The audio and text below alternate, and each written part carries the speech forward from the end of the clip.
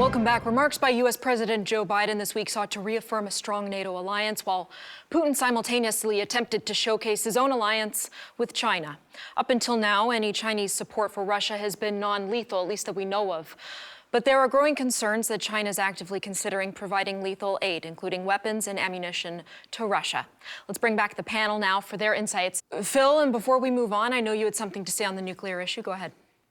Yes, I agree with that. As my experience with training foreign troops throughout the world, that if there's a will, there's a way.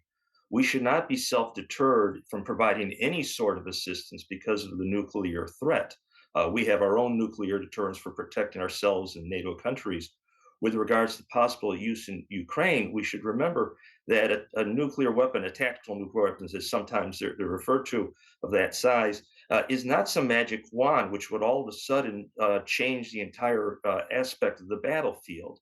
Even if you were to use one, let's say theoretically, against Bakhmut, what would you achieve? Yes, you would kill the defenders in there. You'd have to withdraw your own troops back to use it, or you'd kill them too.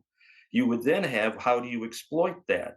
The blast would level the town even more, blocking the streets. You would not be able to maneuver through it. You would not be able to use the crossroads to send your forces in other directions. The residual radiation would be a problem for your troops coming in. It is, and it would also motivate the rest of the world that has really not joined the Western liberal democracies in boycotting Russia economically, motivate them probably into doing so, and maybe even such major allies so far of Russia as China and India.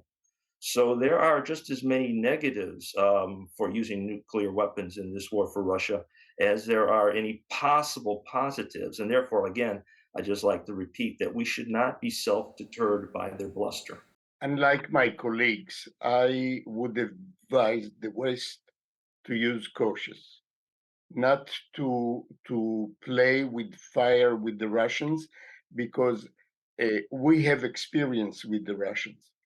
In the war of attrition in Israel, we have experience with them now when they are in Syria.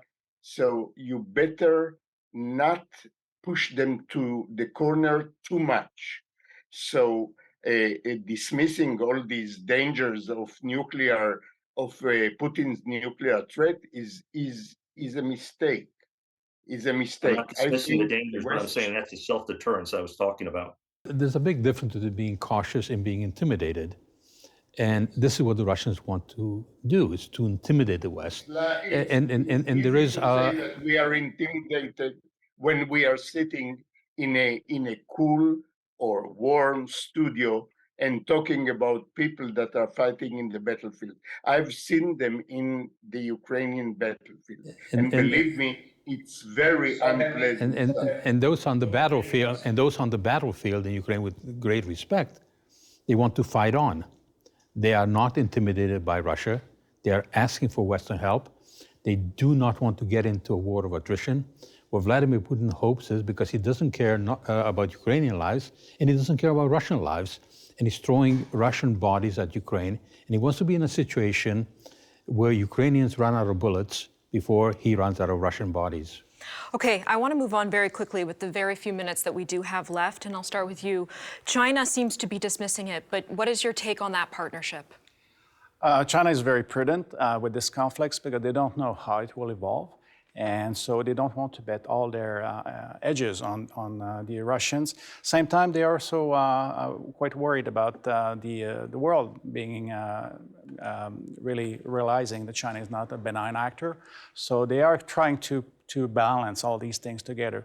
I cannot see China going supporting Russia all out. There might be some level of support, but not all out. I cannot see that. And Ihor, last word to you. I want to ask you about Putin and his mindset. Does he see some sort of off-ramp for himself, or is he not even thinking that way?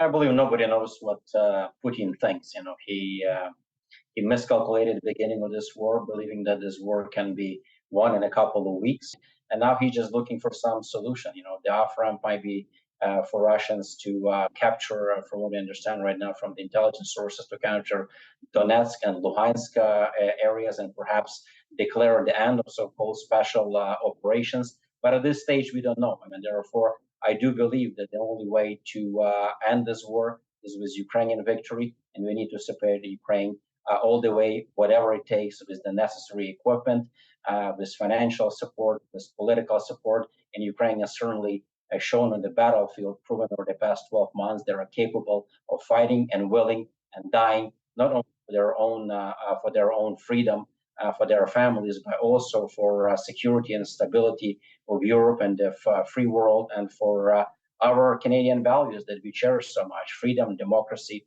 rule of law. They absolutely deserve our support. All right, well, we'll have to leave it there. A big thank you to my panel, Dr. Ouellet, Dr. Aurel Braun in studio, Ihor Kozak, Wasielewski, and Ron Ben-Yishaï. Thank you for your time. And as always, to you at home, thank you for tuning in. We'll see you next time.